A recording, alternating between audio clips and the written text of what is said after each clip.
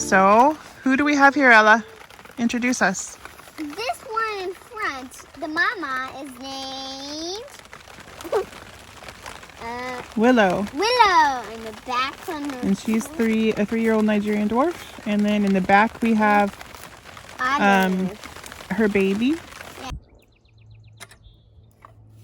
So we brought home Willow and Aspen in the beginning of May from a local farm. And we set them up in the backyard near the house for a week or two before introducing them to the rest of the herd. Mostly we did this so we could get to know them, but also so we could keep a close eye on them and watch out for any medical issues or anything like that.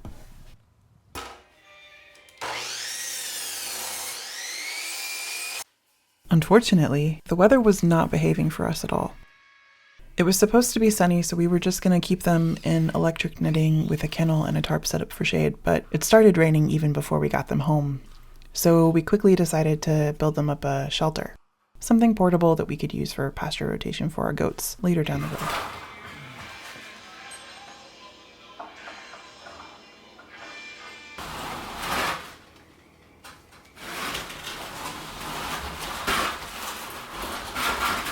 So far, we're pretty pleased with our shelter. It's lightweight and durable, and the sides are nice and tall, so it seems like it might actually stand a chance with our crazy goats.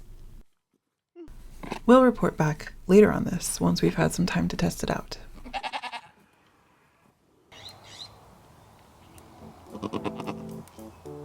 Alright, so we haven't had sauerkraut regularly in our fridge since before we moved here, so I'm bringing it back. This is really easy to make if you haven't done it before. Usually, I just chop my cabbage by hand, sprinkle in a tablespoon of good salt per head, and then sometimes I'll add hot pepper flakes or caraway seeds or something depending on my mood. Today we're just keeping it basic with salt and cabbage, mixing it in to let it sit until nice and juicy, and then we're mashing it all into wide mouth jars, making sure to fully cover the cabbage in the juices.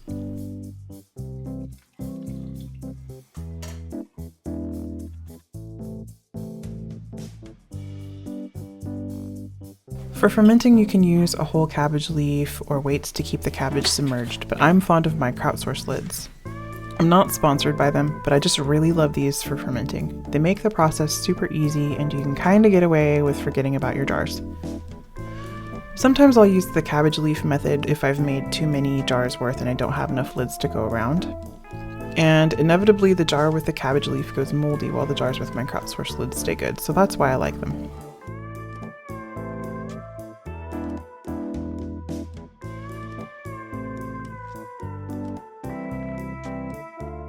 Once you have your kraut ready to ferment, you just need to wait a week or two until it's sour enough.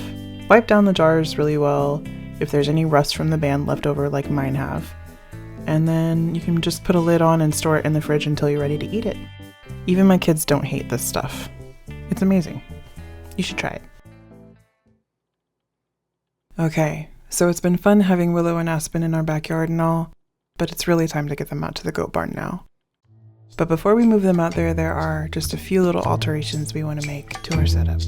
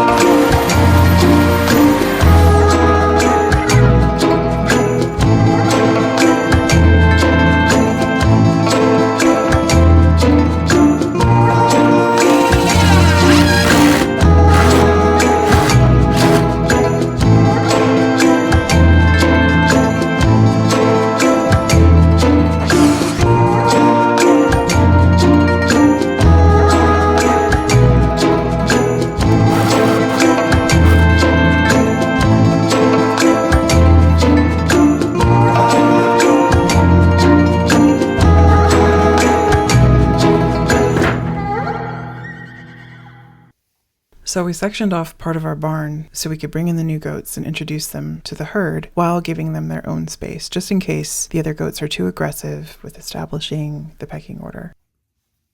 And once Willow and Aspen are done using it, this stall will come in handy for lots of reasons in the future. With the new door, we can even set up a paddock outside if we want to.